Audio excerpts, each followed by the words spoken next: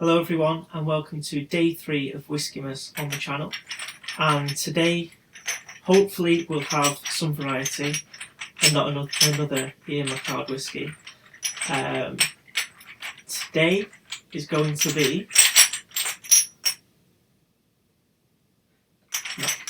we'll go again. Oh, like, the odds are so low, and it's come up again. We'll go for another one. Okay.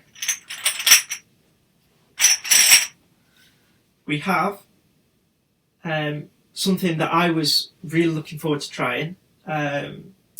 It's from the Lost Distillery, and it is now pronunciation.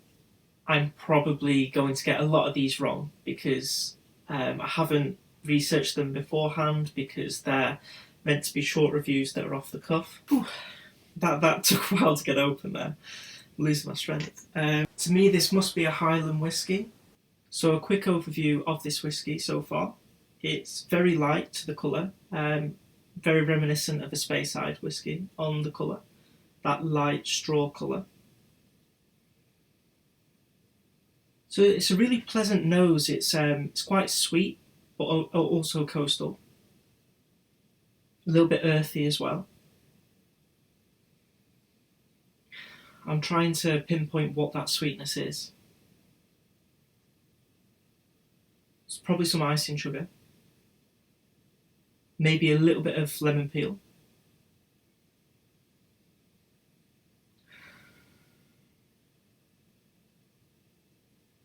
And maybe like a papaya, tropical sweetness that's not too sweet. So quite a balanced nose.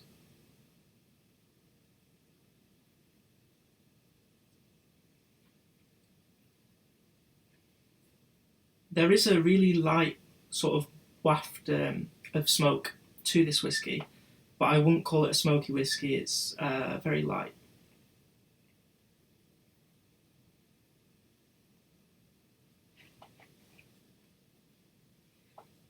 The taste for me doesn't remind me of any whiskey I've had before. It's extremely sweet, a little bit different to the nose on the taste. With it being more sweet on the taste. But I wouldn't say it was like a fruit sweetness. It's more of an artificial sweetness, maybe a little bit medicinal, like a cough syrup. That's how I would describe it on the taste. It's like a cough syrup, which I didn't get on the nose.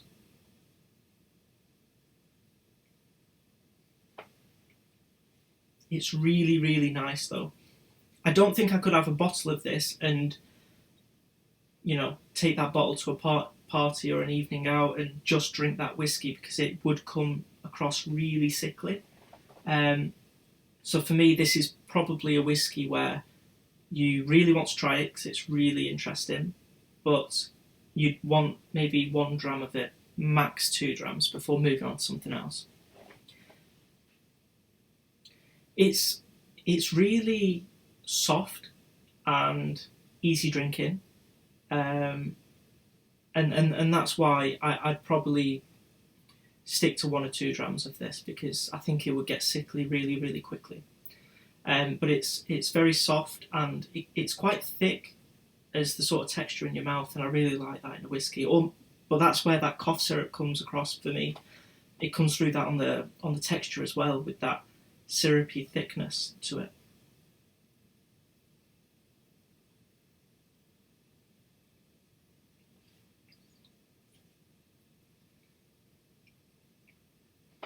Maybe a sort of butterscotch, Werther's Original, coming through on the finish of that, which again adds to that sort of sweetness that I was describing on the taste. This whiskey for me is not a whiskey. It doesn't taste how I thought it would, given its location, Upper Highlands, I believe, but near the coast. That coastal element comes through on the nose, but not so much on the taste. Very cough syrupy, and I think Campbelltown, you come across more of that maybe cough syrup medicinal sort of area. So Definitely a unique one. And this whisky opened in 1796 and closed in 1882, almost a century later. And what I really wanted to try with the Lost Distillery selection, I've had it on the agenda for quite a while now, and I think for anyone who likes whisky, to try a whisky from the past. I know it's not the true whisky from the past, I believe they're all remakes, but they're based on still bottles of the real whisky. And they try and make whisky that gets to as close as they can to that traditional whisky of the distillery they're trying to emulate. And it's the best we can do to try whiskies of old. So thank you for tuning in for day 3, and I hope to see you all tomorrow.